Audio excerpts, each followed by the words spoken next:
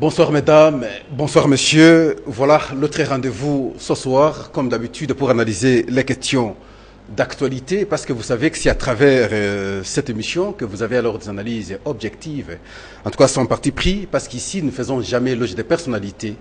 Nous parlons Congo, nous parlons nation, parce que nous estimons que nous n'avons que la République démocratique du Congo, nous n'avons pas un autre pays. C'est comme ça que souvent nous évoquons un philosophe que nous aimons bien, Héraclite d'Éphèse. Tout coule, tout passe, rien ne demeure. Une manière toujours d'interpeller, que ce soit ceux qui sont au pouvoir, que ce soit ceux qui se battent pour avoir le pouvoir, d'intérioriser la dimension telle que nous sommes humains, nous allons passer, mais les institutions et le pays vont rester. Voilà. Nous avons également un autre philosophe, John Locke, qui a pensé qu'on ne gère pas le pays par l'arbitraire. Il faut des lois. Et c'est comme ça, dans son ouvrage « Traité du gouvernement civil », il fait état de cet aspect des choses. Et voilà pourquoi aujourd'hui, nous allons échanger sur notre Constitution, qui est la mère de toutes les lois dans notre pays. Et on va échanger correctement avec votre invité. Nous parlerons des élections. Alors aujourd'hui, difficultés pour leur organisation. Que faire alors pour respecter correctement la Constitution? Est-ce qu'il faut procéder par le dialogue? Est-ce qu'il faut privilégier l'élection présidentielle? Est-ce qu'il faut changer le fichier électoral? Est-ce qu'il faut nettoyer simplement le fichier existant? Et voilà autant de questions que nous allons poser à votre invité et ensemble nous allons analyser. En cas de la non-tenue des élections à la date constitutionnelle, que prévoit alors la Constitution pour sauver correctement la démocratie au pays, encore que nous sortions de la dictature?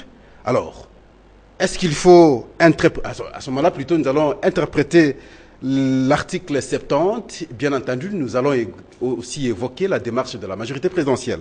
Justement, les députés qui ont saisi la Cour constitutionnelle pour interprétation. Mais la philosophie de la Constitution, en cas, à ce qui concerne plutôt le mandat, avec votre invité, nous allons essayer aussi d'analyser. Le social congolais préoccupe pratiquement tout le monde. Avec la montée du dollar sur le franc congolais, est-ce que bonne chose aujourd'hui pour le pays? La décision du gouvernement pour traquer une fois de plus les Koulouna, est-ce que c'est à saluer? Délabrement inédit aujourd'hui des artères publiques à travers la ville de Kinshasa. Alors, que fait l'autorité? Pour analyser alors toutes ces questions, nous avons pensé recevoir pour vous Guillaume Majolo. Il est avocat, au cadre maintenant du parti politique, membre de la majorité présidentielle, l'UNDC. Il est communicateur de la majorité présidentielle. Voilà, c'est avec lui que nous allons échanger ce soir. Bonsoir Majolo Guillaume. Bonsoir. Voilà, le privilège pour nous aujourd'hui de vous avoir sur ce plateau. Et ici, nous estimons que notre pays va mal. Et voilà pourquoi chacun dans son secteur doit mettre la main dans la pâte pour se battre de façon à les sauver. Avez-vous la même lecture que nous autres ou vous avez une autre lecture particulière? Non, je ne serai pas aussi pessimiste au sens où vous le présentez. Je suis beaucoup plus à l'aise parce que c'est la rare fois, une des rares fois où je passe dans une émission où on lance l'émission sur base de la philosophie politique. Je suis moi-même versé dans cette science depuis très longtemps et vous venez de citer tour à tour un de mes maîtres, notamment John Locke. John Locke. Et, un philosophe anglais. Oui. Ouais. Et mon travail depuis un certain nombre d'années s'est basé sur la conception d'éléments qui organisent la société venant de John Locke. Et d'ailleurs, dans mon texte Ma Nation, j'en parle avec énormément de précision parce que si aujourd'hui on a les États-Unis d'Amérique, c'est sur base d'un texte issu du travail de John Locke qui partait du principe qu'effectivement la liberté américaine, en l'espèce aujourd'hui, n'était concevable autrement que par les faits qu'elle nous est donnée par Dieu et que sur base de ça, personne ne pouvait accepter d'être contraint, sauf Dieu lui-même. Et par conséquent, il fallait absolument sortir du joug anglais, ce qui a conduit au Bill of Rights qui a fait les États-Unis d'Amérique et par la suite l'indépendance. Pour revenir au cas d'espèce RDC, 2006, après les tractations de Sun City, on a une constitution qui est pondue. mais qui est pondu sous un jour particulier où il faut taire les armes, les pays est coupé en trois, il faut rafistoler les affaires nationales de sorte à ce qu'on puisse construire un pays. Il y a énormément de failles dans cette constitution. Au jour d'aujourd'hui, je vous envoie aller voir mon texte, Ma Nation, que j'ai écrit à l'époque où j'ai réprouvé déjà qu'il y avait énormément de difficultés à mettre en place cette constitution. Je crois que nous allons aborder. Voilà. Donc, partant de là, oui.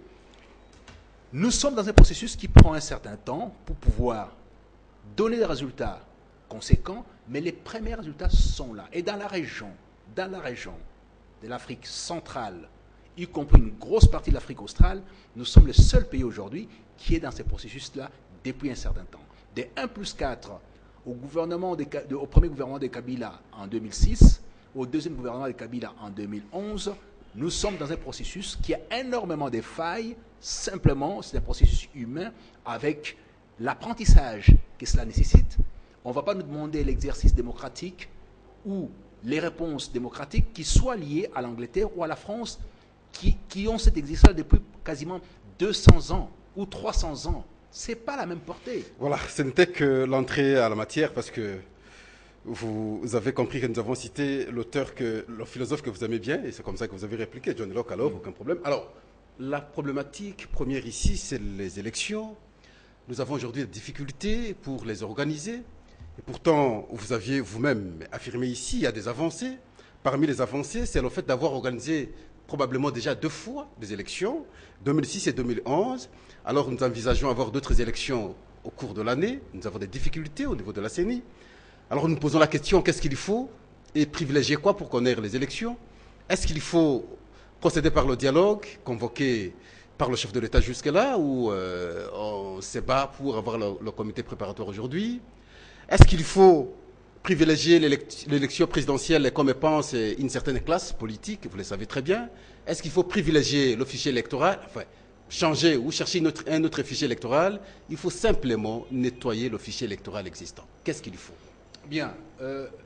Déjà, lorsque vous dites le dialogue est lié à quoi? Le dialogue est lié aux difficultés qu'on a connues en 2011 à la suite des premières élections, enfin des deuxièmes élections. Estimé mal organisé. On a eu des contestations. Mal organisé, il y a eu des contestations et qui, de surcroît, ont pondu la M23. N'est-ce pas? Donc, on a estimé nécessaire, et d'ailleurs, les partis phares de l'opposition qui a contesté avec énormément de violence,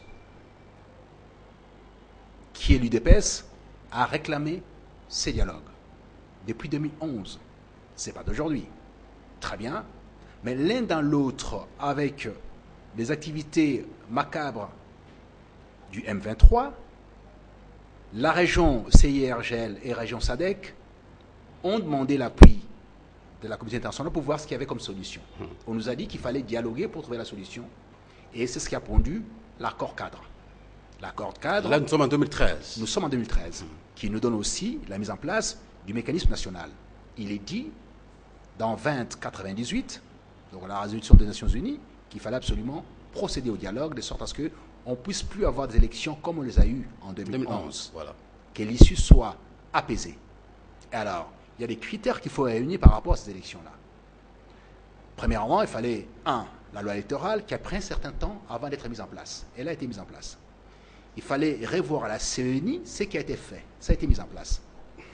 Et finalement, il fallait voir comment est-ce qu'on allait procéder pour organiser cette élection. On dit non, on ne peut pas la faire tant qu'on n'a pas eu le dialogue. Parce que l'accord cadre nous demande pour faire le dialogue.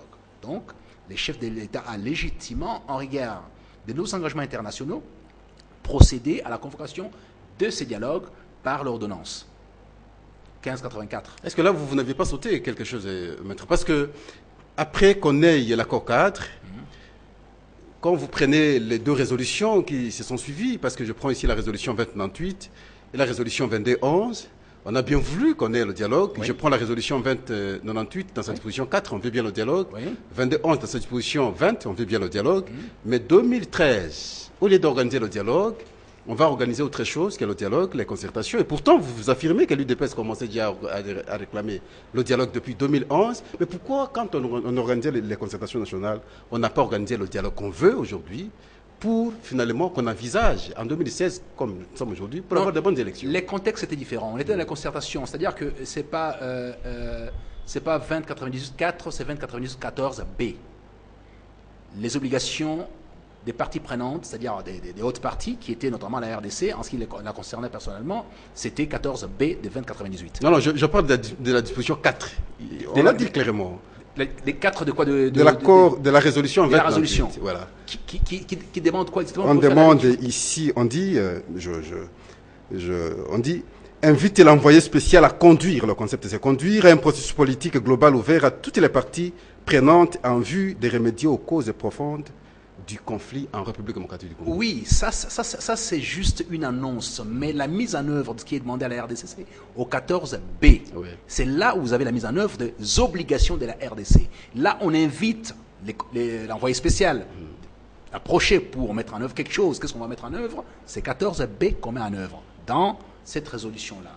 Parce que bon, on y a travaillé, on sait de quoi il s'agit. D'accord. Très bien.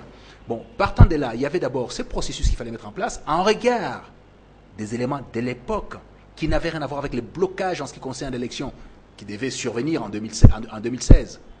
Simplement, on pensait qu'on était en mesure de faire les autres élections qui étaient en retard depuis 2011, à savoir la provinciale et la sénatoriale, sans compter les autres élections communales et tout ça, et locales qui étaient en retard. Donc, il fallait d'abord vider ça. Les regards étaient focalisés sur ça, d'où les concertations en ont parlé. On n'a pas tenu compte de ce qui allait se passer en 2016 en ce qui concerne ceux qui venaient d'avoir le nouveau mandat en 2011. Donc on n'a pas parlé de ça. Mais simplement, lorsqu'on a vu les difficultés inhérentes à la situation, notamment lorsqu'on fait venir l'OIF, qui a vérifié les fichiers électoraux avec toutes les difficultés qui étaient dans ces fichiers électoraux, il fallait absolument revoir les choses autrement. D'où les dialogues tels que sollicités en 2011 par les uns et par les autres, tels qu'ils repris exactement en toutes lettres dans 2098. Et d'ailleurs, quand on regarde l'ordonnance qui convoque les dialogues, fait référence à 2098, fait référence à l'accord cadre et au mécanisme de suivi qui est mis en place ici. Et c'est ce qui pond ça, parce que la situation telle qu'elle se présente aujourd'hui en 2016 rencontre effectivement ce qui était posé comme problème en 2011. Justement, parce que avec cette résolution, la résolution 2277 aujourd'hui, quand vous la lisez, elle ne contredit pas les autres résolutions.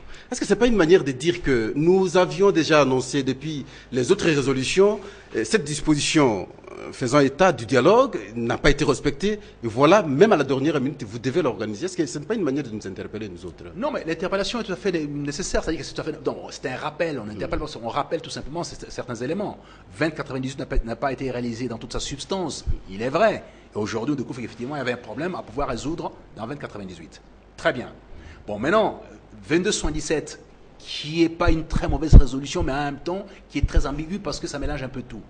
Ça vous dit à la fois qu'il s'agit d'éviter à ce que les contingents au niveau du Burundi et tout ça, je ne vois pas les rapports. Ça vous dit qu'il faut absolument organiser les élections dans un délai constitutionnel. Ça vous dit qu'il faut absolument nettoyer les fichiers électoraux. Là, ça saluait quand même, non, pour nous les Congolais, lorsqu'on nous appelle à organiser des élections respectant les délais constitutionnels. Non, est-ce que non, mais il y a un paradoxe. Il y a un paradoxe. Vous ne pouvez pas, dans une même résolution, dire, pour contenter certaines personnes ou certains intérêts, dire délai constitutionnel.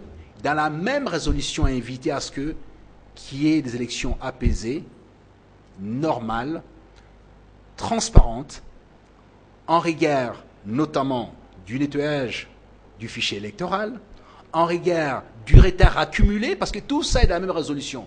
Une sorte de salade qui reprend un peu tout pour contenter les uns les autres. Mais la réalité est quoi aujourd'hui? Parce que dans la même résolution, les conseils de sécurité interpellent la CENI, qui a l'autorité de faire des élections, en lui disant que de rattraper son retard. Comment peut-on rattraper un retard de plus ou moins une dizaine d'élections ou à peu près 11 élections? Comment on rattrape ces retards-là? Est-ce qu'ici, ce n'est pas, en tout cas, une manière, enfin, parce que je parlais d'interpellation plutôt, est-ce que le gouvernement ou nos dirigeants ne sont-ils pas totalement responsables de ce que nous connaissons aujourd'hui? Même s'il faut lire la résolution en question, bon, la CENI, si elle a connu des retards ou des difficultés, c'est le gouvernement. Et si il faut voir correctement, les textes venaient un peu tardivement du gouvernement vers le Parlement, du Parlement, pour que la CENI les applique. L'argent posait problème pour le financement de la CENI. Et c'est tout ça ce qui a bloqué depuis tout ce temps. Et on s'est réveillé à la dernière minute. Et c'est là où ça pose aussi problème. Et c'est comme ça qu'on dit, vous devez organiser les élections à la date constitutionnelle, peu importe vos turpitudes, vos difficultés que vous aviez eues depuis tout ce temps, vous devez organiser les élections à la date constitutionnelle. Non, c'est ce que je disais tout à l'heure. Votre lecture est tout à fait partielle. Elle ne prend pas en compte les choses de manière globale. Non, on est en politique en même temps, hein, tous les coups sont possibles. Hein. Non, bien entendu, je comprends très bien, mais les coups, il faut bien le porter. C'est-à-dire que ce sont les coups qui sont portés en désordre, c'est pas intéressant. Il faut le porter les coups en disant que bon, là, je frappe parce que c'est par rapport à tel intérêt, ça va faire mouche. Mais quand c'est pris comme ça de manière tout à fait vague, ça n'a aucun intérêt parce que après tout, ça fait pchit, il n'y a rien. On est en 2011, 2012, on a un sérieux souci, les pays est attaqué. Vous faites quoi?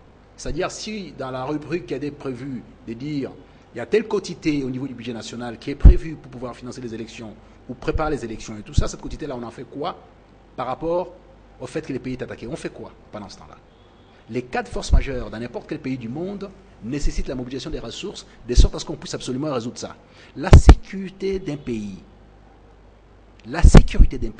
n'a pas de prix.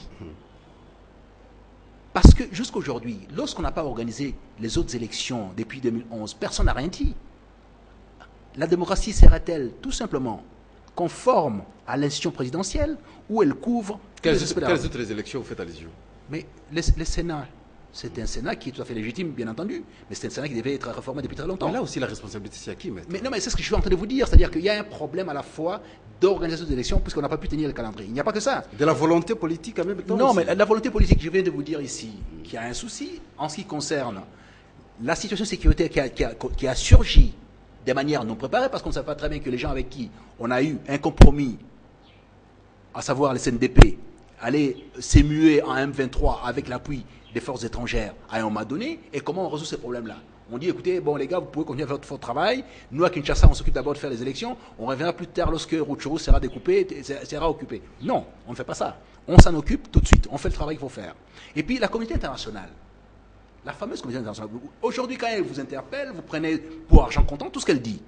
Mais quand elle vous promet de payer l'argent, de donner l'argent, de contribuer à faire un certain nombre d'actes, ces contributions, vous le voyez arriver? Ça n'arrive pas. Or, si on incorpore dans les processus budgétaires en disant, voilà, on aura cette quantité qui viendrait des partenaires parce qu'ils veulent soutenir les processus. Et les partenaires ne donnent rien. J'ai suivi une activité au niveau de la CENI.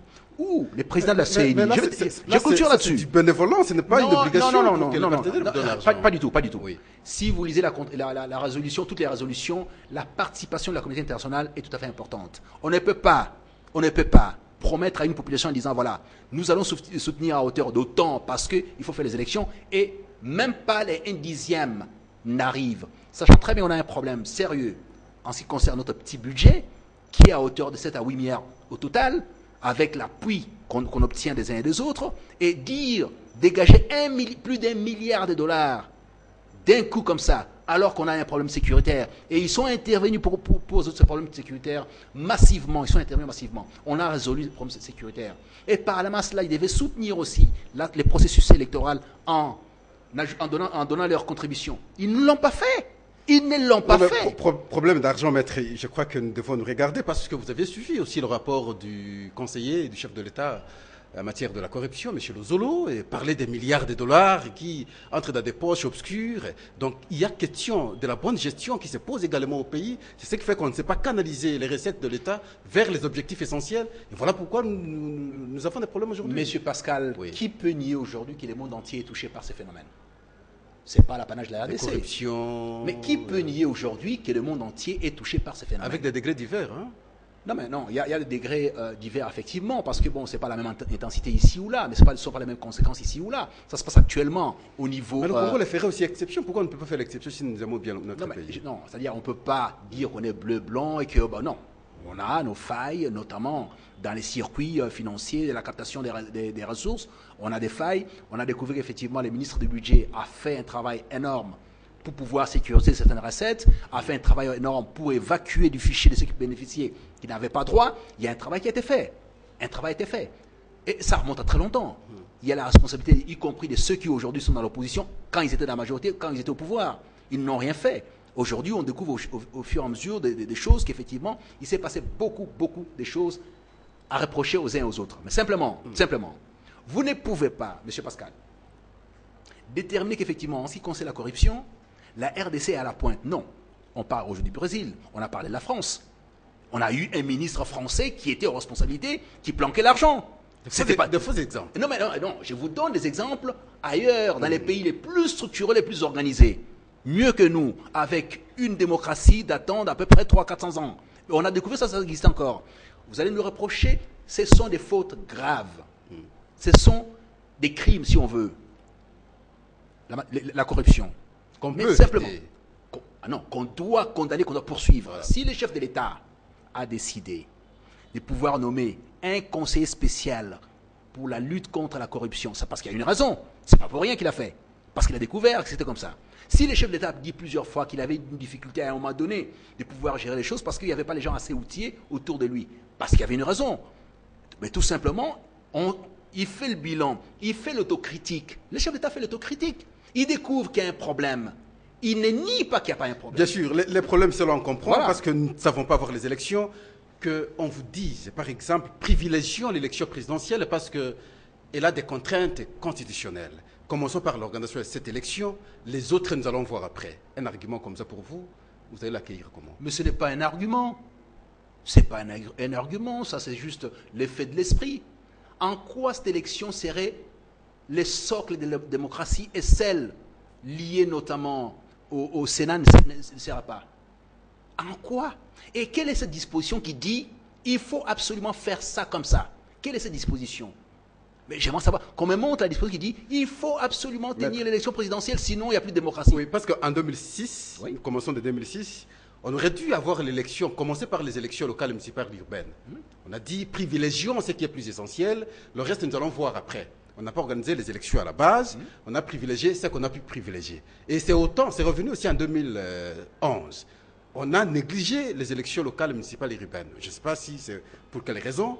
Alors aujourd'hui, maintenant que nous sommes devant une difficulté, parce que nous allons bientôt là évoquer certaines dispositions de la Constitution, alors est-ce que vous ne voyez pas qu'il serait un peu plus prudent aujourd'hui pour éviter peut-être des tensions, tout ça, organiser l'élection présidentielle et le reste des élections à venir après? Non, je pense que c'est une mauvaise lecture, j'y répète encore. L'erreur qui a été faite en 2006, réitérée en 2011, on ne doit pas la faire aujourd'hui. D'ailleurs, il n'y a pas de sujet aujourd'hui parce qu'il n'y a pas, dans les chefs de celui qui conduit l'État aujourd'hui, la volonté de pouvoir modifier les choses. Il y a simplement dans l'autorité de la CENI qui nous dit qu'elle n'est pas en mesure, de faire l'élection selon les critères tels que déterminés, notamment par les résolutions. La transparence, les fichiers électoraux et l'issue. C'est l'issue des élections en question. Admettez, M. Pascal, vous êtes quelqu'un d'averti. Je vous ai suivi, je vous suis, je connais votre doigté. Prenons un exemple simple, schématisons. À la date qui est prévue, c'est-à-dire 90 jours avant la fin, on organise une élection aujourd'hui avec les fichiers électoraux tels qu'il est. Quelle serait l'issue? Qui va accepter? Qui, dans ces pays, acceptera les résultats? Parce qu'il n'y a aucune garantie, et je vous mets au défi de pouvoir me prouver le contraire, que les nouveaux venus dans l'opposition vont gagner cette élection. Quand on avance cette hypothèse, les mêmes personnes expliquent qu'il est possible aussi aujourd'hui, si on a la volonté, déjà maintenant commencer avec l'opération de l'enrôlement si possible et la terminer un peu très rapidement afin qu'on ait l'élection présidentielle à la date constitutionnelle. Monsieur Pascal, vous voyez les tours de passe-passe. On vous dit, on doit tenir dans les constitutionnels. Et puis on vous dit après... Là, oui, généralement, c'est les opposants qui disent. mais non, mais attends, Ouais. mais c'est ça les tours de passe-passe. C'est-à-dire Voilà. que c'est ce côté caméléon absolument, lorsqu'on est coincé, on change de couleur et tout ça, ça pose problème. Il est dit clairement, ici, qu'ils sont prêts à aller aux élections. Peu importe l'issue.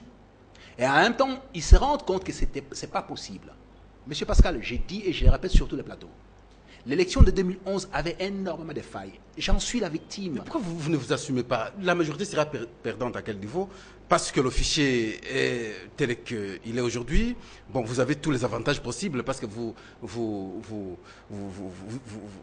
dirigez totalement le pays aujourd'hui. Alors, si l'opposition voudrait qu'on aille à l'élection présidentielle avec ce fichier.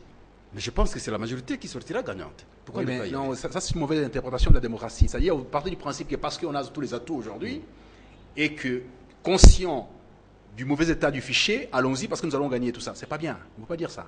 On ne peut pas dire ça. C'est le combat démocratique. Mais non, mais c'est pas le combat non, politique. Non, non, c'est pas démocratique. Mm. Ça peut être un combat politique, mais c'est pas démocratique. Il faut donner la chance à ceux qui peuvent se présenter devant la population de manière tout à fait honnête et obtenir des suffrages. Pas aller de cette façon-là et tout. Et l'opposition, de quelle opposition parle-t-on, en fait, au jour d'aujourd'hui? Les sons des cloches de ceux qui sont opposants depuis 40 ans, à savoir l'UDPS, c'est pas le même son de cloche. Ah bon, aujourd'hui, l'IDPS est bien voulu par la majorité. Mais non, elle n'est pas bien voulue. Il y a voulue. quelques temps, la fois passée, l'IDPS, c'est un parti vraiment... Monsieur Pascal, qui virevoltent en permanence par rapport à leur position, c'est leur droit. Ils font ce qu'ils veulent. On connaît un peu leur système de fonctionnement. Mais simplement, est-ce qu'on peut aujourd'hui dénier le fait que l'UDPS a remplacé, au niveau du Parlement, les MLC? Les MLC étaient tout puissants plutôt en 2006. Aujourd'hui, l'UDPS a plus ou moins 40 députés. C'est la première force de l'opposition dans ce pays. Très bien. Parce que nous parlons de démocratie. Ils ont refusé en 2006. Les MLC a eu l'avantage d'être numéro 1. Et ils ont accepté en 2011. Et l'UDPS ne reconnaît pas ses députés. Il faut aller jusqu'au bout. Et c'est juste là, derrière le conflit. Non, je viens de vous dire ici qu'on connaît leur système, de tantôt oui, tantôt non. Ils ont fait une réconciliation. Mais en même temps, ils sont réconciliés, en même temps, ils sont ensemble. Et la plupart, en fait, la majorité, tous ceux qui sont à la fois proches du président de l'UDPS perçoivent leurs indemnités. Ils n'ont pas rajouté leurs indemnités. Ils sont encore parlementaires à part entière. On a fait des petites concessions pour permettre à ce qu'ils puissent continuer à percevoir. Ils perçoivent. En vertu de quoi vous pouvez dire qu'ils ne sont pas. Ils sont dedans. Et aujourd'hui, c'est la force de l'opposition numéro 1 qui demande de pouvoir aller au dialogue. Nous sommes avec eux au dialogue. Et il y a beaucoup de chance au fait que les deux coprésidents qui aient MP plus UDPS, ce qui est naturel en regard de la photographie politique aujourd'hui. Je ne peux pas vous poser cette question parce que je suis avec vous, j'ai compris la lucidité, maître. Quand vous parlez de difficultés qui partent de 2011 et vous aviez mis en exergue l'UDPS ou alors le président Tshisekedi avec le président de la République aujourd'hui, parce que ce sont les deux qui ont... Enfin, c'est Tshisekedi qui a pensé qu'il avait été élu et c'est ce qui a créé des tensions au pays alors qu'il n'était pas ici. Alors, aujourd'hui, pour composer au comité préparatoire, 12-12 pour les politiques et 6 pour la société civile, les 12 de l'opposition, l'UDPS estime que tous les 12 participants doivent provenir de l'UDPS et ses alliés. Et je pense que cette lecture peut être fondée au regard de ce que nous évoquons ici, le conflit 2011 qui nous amène jusqu'aujourd'hui au dialogue. Non, c'est pas tiré du conflit. C'est juste, ils estiment que leur positionnement en tant qu'opposition aujourd'hui est plus légitime par rapport à certains opposants qui sont des dernières heures, par exemple. Et leur combat, ils estiment qu'il est plus légitime que les autres. Bon, c'est leur droit de pouvoir estimer ça. Mais il appartient aujourd'hui aux uns et aux autres, majorité présidentielle et UDPS, y compris les facilitateurs qui est là, de voir apprécier. On n'a pas encore déterminé. On est dans les négociations encore, on n'a pas terminé les processus pour établir les bureaux en question pour les dialogues. Donc on est encore dans les discussions. Donc on ne peut pas tirer de ces discussions déjà une conclusion aujourd'hui. Voilà, nous avons des difficultés, les difficultés sont là. Pour organiser les élections, vous aviez bien compris. Alors, qu'est-ce que nous devons faire? Parce que nous sommes en train de faire l'émission maintenant. À chaque émission, nous recevons les appels. On comprend la position de la population. Vous vivez à la cité avec la population également. Vous comprenez la position de la population quant au respect de la Constitution par l'organisation, surtout de l'élection présidentielle. Pas question, il faudrait qu'on respecte la Constitution. Et pourtant, nous avons des contraintes, comme vous aviez bien dit. Alors, qu'est-ce que nous devons faire? L'intellectuel évoque, et la Constitution évoque ici l'article 70 qui pose problème d'interprétation. On va également évoquer cette question. Alors, qu'est-ce qu'il faut au jour d'aujourd'hui pour qu'on n'énerve pas non seulement la Constitution, mais même pas la démocratie? Non, c'est-à-dire qu'il y a une question de diffusion, d'intoxication de la population par des messages qui n'ont rien à voir avec la réalité politique, la réalité juridique. L'article 70, on va en parler, bien entendu. Il n'y a aucun texte ici, il n'y a aucune disposition de la Constitution qui s'interprète de manière isolée. Il y a la coordination, l'articulation des dispositions de la Constitution qui fait que quand on l'interprète, on doit tenir compte d'un autre élément. la tenue des élections dépend de qui? Ça ne dépend pas du gouvernement, ça ne dépend pas des institutions présidentielles, ça dépend de la CENI. C'est la Constitution qui le dit. Pourquoi est-ce que l'interprétation par rapport à la tenue, à la saisie, la tenue des élections, qui appartient totalement à la CENI, tirée de la Constitution, on n'en fait pas grand cas? Pourquoi est-ce qu'on n'en fait pas grand cas? Alors que la CENI, qui a l'autorité de gérer ça, vous dit, j'ai un problème, je peux saisir la Cour constitutionnelle, même si on estime qu'elle peut ne pas avoir droit, mais simplement à travers le gouvernement, à travers les parlements, à travers d'autres mécanismes, elle peut saisir la Cour constitutionnelle pour pouvoir interpréter la situation, enfin dire ce qu'il faut faire.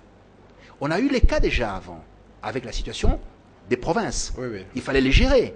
On était largement en retard, et puis finalement la Cour constitutionnelle a décidé en disant qu'il y avait des mesures à prendre de manière tout à fait urgente et tout ça, et a intimé le gouvernement à le faire, et ils l'ont fait.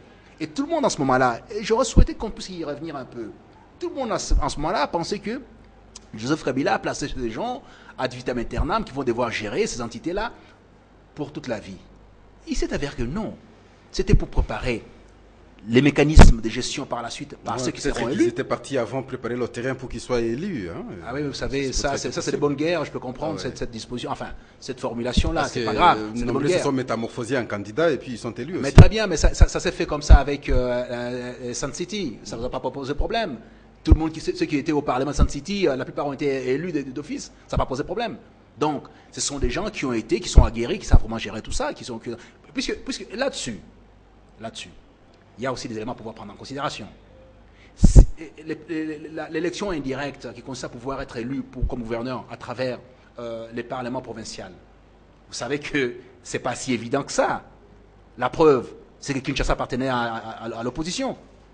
Kinshasa devait être MLC, parce qu'ils étaient majoritaires au niveau de l'Assemblée provinciale. Ils n'ont pas eu. C'est sur base de quoi? Donc attention, il faut relativiser. C'est trop facile aujourd'hui. Alors, parlons du dépassement maintenant de ce délai, parce que ça commence à faire peur. Il n'y a pas de dépassement, M. Pascal. Alors, parce que l'article 70 est clair. Je ne veux même pas dire clair parce que pose problème aujourd'hui avec autant d'interprétations. Les députés de la majorité ont saisi même la Cour constitutionnelle pour interprétation de la Cour, mais nous faisons sa lecture littérale, s'il faut dire ainsi, simple, parce que surtout le deuxième linéa, on dit à la fin de son mandat, le président de la République reste en fonction jusqu'à l'installation effective du nouveau président élu. Ça pose problème.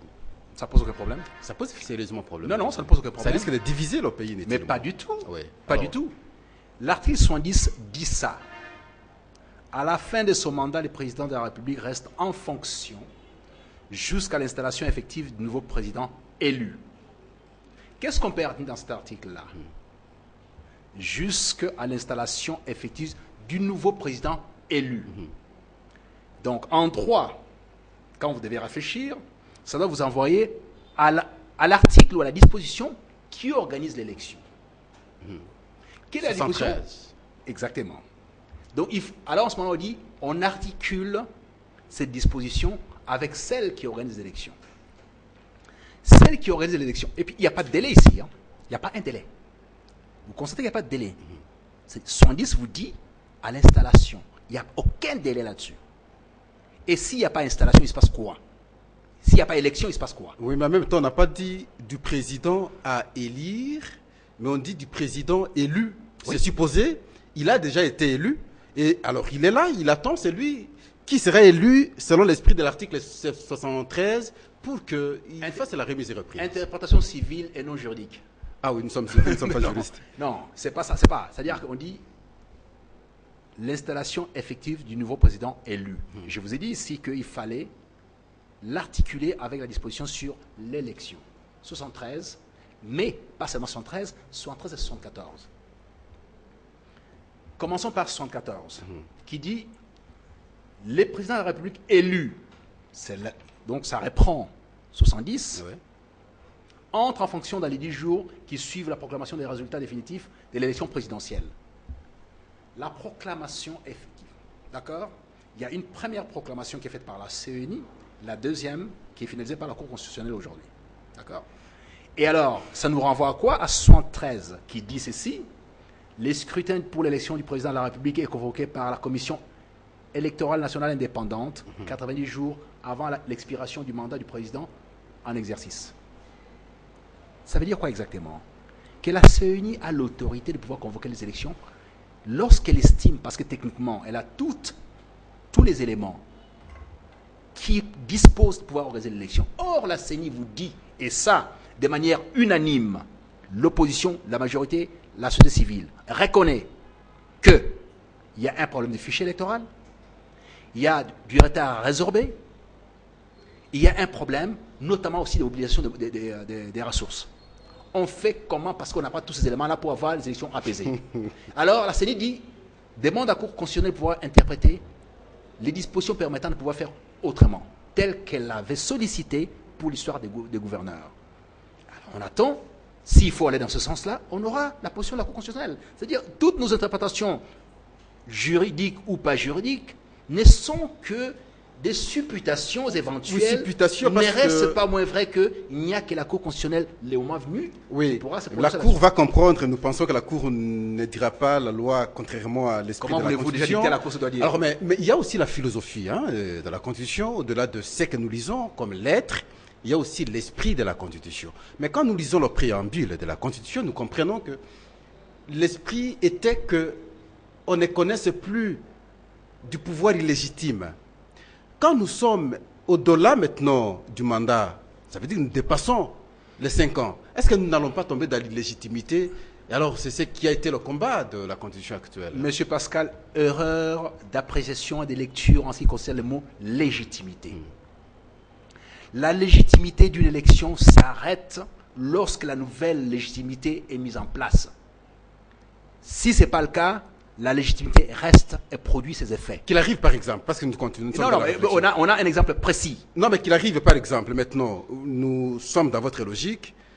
Bon, la CENI reste dans l'incapacité, pendant longtemps possible, de pouvoir organiser l'élection. Oui. Ça veut autrement dire que le chef de l'État restera chef de l'État, même 5 ans, 6 ans après, même si la CENI n'aura pas organisé les élections. C'est comme ça veut dire. Monsieur Pascal, pourquoi vous ne posez pas la question sur les sénateurs qui sont là depuis 5 ans et qui ne sont pas légitimes? Je ne peux pas vous poser cette question. Mais non, parce que vous êtes avocat, vous connaissez pourquoi. Mais bien entendu, parce que dans l'esprit de l'article 69, le chef de l'État, en tant que garant du bon fonctionnement des institutions, c'est lui que revenait maintenant la responsabilité. Il n'a pas fait. Non.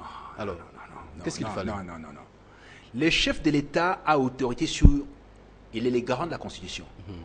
Chaque institution a l'autorité sur ce qu'elle doit faire au terme de la Constitution. Il a peur de ce que je viens de dire. Ah, mais lorsqu'il y a dysfonctionnement à ce moment-là, il fait quoi? Attendez, on ne peut pas à la fois formuler des questions et donner des réponses. Je vous dis que lorsqu'il y a une difficulté de la mise en œuvre d'une disposition liée à une institution, et en l'espèce ici il s'agit de la CENI, on saisit la Cour constitutionnelle pour demander un éclairage. Ça a été fait préalablement en ce qui concerne les gouverneurs de province, on a eu la solution. Maintenant la CENI dit, je vais le faire de nouveau, parce que ces délais tels qu'un parti me posent problème, je ne suis pas en mesure d'organiser les élections pour l'instant. Maintenant, la solution première était partielle. Parce qu'il y a les sénateurs qui sont là, les députés provinciaux, c'est vrai qu'on a régularisé avec les gouverneurs, mais les députés provinciaux sont là, les sénateurs sont là. Il aurait fallu également penser à eux. Pourquoi on n'a pas pensé à ces gens? Mais les soucis restent les mêmes en ce qui concerne la mobilisation des ressources. Quel type de ressources? Bon? Mais bien entendu, vous avez fait l'élection des députés provinciaux. Moi, j'étais candidat. J'ai déposé déjà ce qu'il fallait déposer en termes de candidature par rapport à cette élection. Parti comme ça. Non, c'est-à-dire, oui, non, mais c'est pas parti, c'est pas parti. On a tout simplement, il y a un moratoire, et puis on aura une solution par la suite. Parce que je vois, j'ai cet été encore. Non, revenons un peu. Là, on est en train de pouvoir aller dans l'autre sens et tout ça. Non, revenons à l'essentiel, parce qu'on ne peut pas à la fois poser des questions et puis éviter qu'on vous donne les réponses. Alors, on parlait du dépassement jusqu'à l'infini, si la CENI était toujours incapable de. Il n'y a pas d'infini possible. La vie est courte, il n'y a pas d'infini. Il n'y a personne qui reste à l'infini, ça n'existait pas. C'était une vue de l'esprit. Ce que je disais tout à l'heure, c'est quoi? C'est que la légitimité aujourd'hui dans les chefs du président du Sénat et de tous les sénateurs, dans les chefs des parlementaires provinciaux, cette légitimité tirée de 2006 ne s'est pas éteinte tant qu'on n'a pas une nouvelle légitimité. En l'espèce, il n'y a pas une nouvelle légitimité eu égard à des difficultés liées notamment aux ressources, notamment au blocage du calendrier électoral. Donc, partant de là, la même disposition, la même interprétation de la légitimité s'applique à 70. Vous allez faire le tour du monde, vous ne trouverez pas une autre interprétation juridique que celle-là. Peu importe quelle entité juridique à laquelle vous adressez cette disposition, elle vous dira la légitimité s'éteint lorsque la nouvelle légitimité est mise en place. Ce n'est pas les contraires. Je suis d'accord avec vous, mais Merci. nous analysons les choses de manière sociologique.